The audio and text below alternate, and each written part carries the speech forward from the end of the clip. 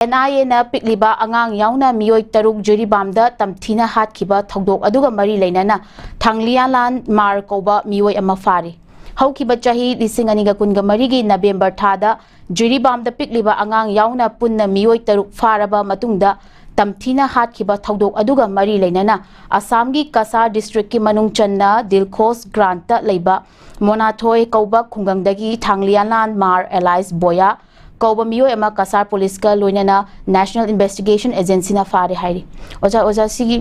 pausi mari na oja ke mot kitang phongdok piu. Akoi ye hosiki keno bi manipur thoi ba thodok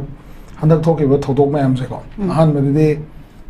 sagi ke ni mayam na khabar da kai da media da national media da ko adagi ngasagi maroina Cookie intellectual hai ta moina cookie intellectual na haijari ba kambu sina moina masigi conflict se maintain na to suppression ne udna bo hona base masigi steps sing ji loin yang kan na hojik se maruina PR la ko dagi hai ta ko lenga le ngai de masigi activities sing ji ingam kam do dong toy ko PR la ko dai di ngasai magi NIA sina ani gi conflict se ngasai gi kano akoi gi ka ni ko terror gi oiba terror gi oiba conflict ne na udna ba hona ba koi hona ba gi mongda yam sang puthare hai tare ko masai gi matang jida NIA na phari ba mi sing je conflict se how to put natraga conflict se continue to da choba thodang lo gi ba mi sing tu ne na makoi na hojik se makan ge koi valley dei su mi mam phab lei adagi ngasai gi ching dei su phab lei ada laibak thi di kaino ha kan da koi gi masida aina ching ne hena phai natraga valley de ne hena phai ai ba gi adugum ba gi opinion na ta bi da ko masai gi maru aina koi gi masigi jiribam thodok se masida thoiba thodok sigi maduda kalamangam ba ade jiribam thodok sigi matang da yengu tamna kai numitu da warangani akoi gi keno da moi gi mi cookie gi militant tara ama social pf na kapa da si yo se ko da sai mi jing do kan mangam ho da base masima ya ma chobalai bak thi ne ai tai ko then adu matam du da barak torensi da patrolling phasana lei matam du da ko adagi police ki barricade phasana lei adu da kamaina changai no koli no ai do matam sang masina mi gi thawai mang se sima ya mangje ai tai ko adu bu hoi thengasu thengna better late than never ena ko ai nei jini thengasu thengna masigi culprit se kanano kari dagi thokibano kamaina tawbono adu masigi matik chawa dandi phangmum thokpa mi hoi sing do madu dandi phangan bagi phangan mangamba lo se masi mai pa na chatharak pasigi ma gi di taseng na NIA gi activities in thagan ningai ni adu bo amaka ka leiri ko khoi gi lan hai di hojigi leiri ba ngasai gi moina meite versus cookie ne na yam kan hai ba akoi na di mase militant versus law ne hai ba ko law na ngamak ta badagi akoi gi miyoi sing na mase amlu to ba ko ba to ne na tawraga akoi gi self defense to na ba adu ma hona gi ne hai si gi manung sida ngallingai ma tamda koi gi linthoi ngami ga hemanjit ki matang se ko mase linthoi ngami ga hemanjit ki matang se yamna ngasai gi hoi yam akoi da moi gi hujiki jibam gi su yamna hine so ba crime moi batar ga su ma gi de mu ga langla lanjin adigi dead body phangna ko tana to ba leiri bine ko linthoi ngami ga hemanjit ki case mase governor ga sigi governor sina tama mamang da le governor ga magi ngasai toan ba angle da gi una da na khotna to 40 days ki manung da koi result peer ni adu peer ni hai bata ga su madu gi matang da pi ba ngam da se ko hoji NIA na mi mani di pha gi gum tawr bane magi su ko adu ga magi even dead body phang ngam da se ade mai tha do khre bu hai su ama tawre bu hai su natraga sida phung gi ne bu hai ta su at least phi ma chera mo phang da se gi nuai taw se am chawna lei hai ta aduna ngasai gi NIA na case local matam da magi ngasai gi valley do boy gira ching do boy gira law gi against the chalu bane hai base masigi local ko sing sida angle amada mu yang kan da khoi gi matam du da law du sumaina mapang kan da bane na law du na thingma ngam da na crime tho matung da investigate tor bane se ko law na thingam ba ya crime oi ni na khoi gi maroi na matam du da khoi gi khun nga ko yaw ki ba adigi matam du da khoi gi khutta khulai paega madugumba terror activity ma am du thengnagi ba adugumba chinnaw singdugi da akoi na makoi bu kadai da karamba ground da makoi bu general amnesty period ga thamba yabra natraga government gi ngasai ga ta forcing chamgala kon da matam da makoi bu lebak ning ba gi status ta ta ko samna da akoi gi kano lei se army gi su yam ten ma matam da kano to ba global handa Narendra Modi government jin lauto ki belai na ko adu minus state ki zo adu makhar lauto ga makoi gi makoi me am jibu moham jana ade law gi manung da thabak to ya na ba adu ba ꯊꯝꯕꯒꯤ ꯇꯉꯥꯏ ꯐꯗꯕꯗꯣ ꯌꯥꯝ ꯆꯥꯎꯅ ꯂꯩ ꯍꯥꯏꯇꯥꯔꯦ ꯂꯣꯏ ꯁꯨꯞꯆꯜꯂꯀꯥꯟꯗ ꯍꯧꯖꯤꯛꯀꯤ and ꯂꯧꯈꯠꯂꯛꯏꯕ ꯁ꯭ꯇꯦꯞꯁꯦ ꯑꯩꯈꯣꯏ ꯃꯅꯤꯄꯨꯔ ꯃꯤꯌꯥꯝꯅ ꯊꯥꯒꯠꯐꯝ ꯊꯣꯛꯏ ꯇꯧꯕꯇꯕꯨ ꯉꯁꯥꯏꯒꯤ ꯑꯩꯅ ꯉꯁꯥꯏ ꯍꯥꯏꯖꯔꯤꯕ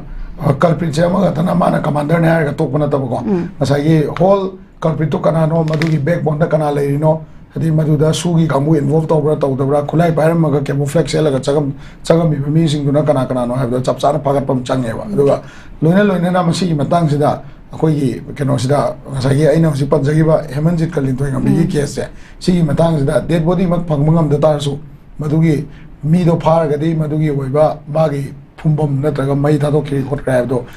ꯏꯃꯨꯡ ꯃꯅꯨꯡ ꯑꯃꯗꯤ ꯃꯤꯌꯥꯝꯗ ꯆꯞ ꯆꯥꯕ ꯃꯗꯨꯒꯤ ꯀꯩꯅꯣꯁꯦ open exposure ma NIA na tawbi tangai phada du lei ko duna casing je chapana na yang hanik bagi adu ma wakhalom do miyam de legadra ha se sbai tam jage yan nungai jeja oja mathang gi sina koi gi sangai express gi headlines samtang lokot jage Myanmar gi emergency lokthokre mikhal gi thorang tawkhre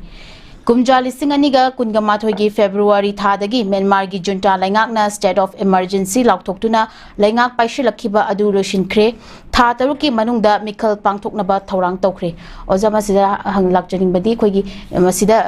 Manipur gi irang lairiba sida ahongba kari ahongba lakpa yai ai wakhanda masi Myanmar gi hojigi democratic government ama lakta agadi ko democratic government je Myanmar yam kuina di chatkan deu adubu if democratic government ama lakta di India ga Myanmar ga labor relations gi another chance ama phangani na khalle ko aduga madu another chance ama phangba yase hojigi kenosina akoi gi Myanmar military unta government jina mana ngasai gi akoi gi moi gi rebellion mayam sida yengi ba miyeng se ko akoi sida Myanmar gi somna kan thang ba akoi ga nagna riba side aduga China ga boundary wari ba akoi rom sang ba side te chakrai tai ko masida di rebellion arm movement se yam chaun lei yo adu rebellion arm movement se yam chaun lei bnina maduda sai democratic government lakta di madugi negotiation na traga ceasefire gi room amadi lakadra ko aduga ani subda India Myanmar gi relation se yenganda democratic government lakosida akoi gi moi gi democratic government ama mong manin ta na lakpa taragadi maduda akoi gi Manipur dagi leiriba somna kan Manipur amadi northeast gi lalobagi problem sida saidanga ga asomda changa ga leiriba mayam se sigi sisu Government of India na negotiation tawari room ma yam chawna phangbe ai military hunda de ga sai negotiation tawari room se irei lei tabadona taw ya ta maram de India gi keno sina army sing sina changsal laga na traga drone strike yam toina tawraga tawbasi masai ge ani ko maduda akoi gi military junta sina masai ge ani madugi oiba responsive democratic protest na traga non democratic protest wai da moi lamda changa ga bom dadar mebu haya so mabu haya ga su adugu ma kem ta haiba ngam deba adubu democratic government lei bata di madugi diplomatic channel da diplomatic line da Government of India ga Myanmar ga moi development da hana wari sanaram ba ek ski hujik lei ba problem then sai hujiki kani ko akhoi la lobagi India na loisaning bagi mong sa sigi wari sanabagi room do India na loba tanza amadi phangada adubu democratic government la ko da yamna ludo sina mo kaino ga na people government ama porakna bhona da ngasai public involvement changmanina madugi hujiki leiriba ngasai Karan gi kambu adagi kano chin kuki gi kano leiriba rebellion sing then adagi PDF ki problem leidna ko adu sigi mayam se moi mayam sina ngasai democratic process bu kano fazana mapung phana ngasai support ro kadra na to roi drive du su yeng dam ne ko masida khoina Myanmar gi democratic government la ga khoi somna kanda ngasai leiriba volatile ba situation je hekta phagni na haibu su ade adu hoi India gi oina di room ma di ko hanasu diplomatic government leading it di akoi somna kan gi leiba la lobogi problem ke kam yam se boy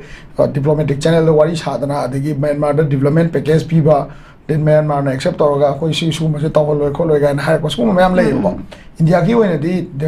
democracy gi khwai gi chawba kano oina country mo oina ko aduga democratically elect over khwai chawba mi missing yamba government amo oina India gi oina di democratic government ama porok se ma di tasengna pamangani na khalle ko aduna hariba kano se kaigumba government se military unta sina kaigumba election tawalaga restructure over people government ama lakpanga mata ga di madu Southeast Asia gi sigi lei ba volatile situation da yamna soft oiba mong da diplomatically chatpa ya ga da ba du matan ja amadi soidana phangani ai se advance tam jai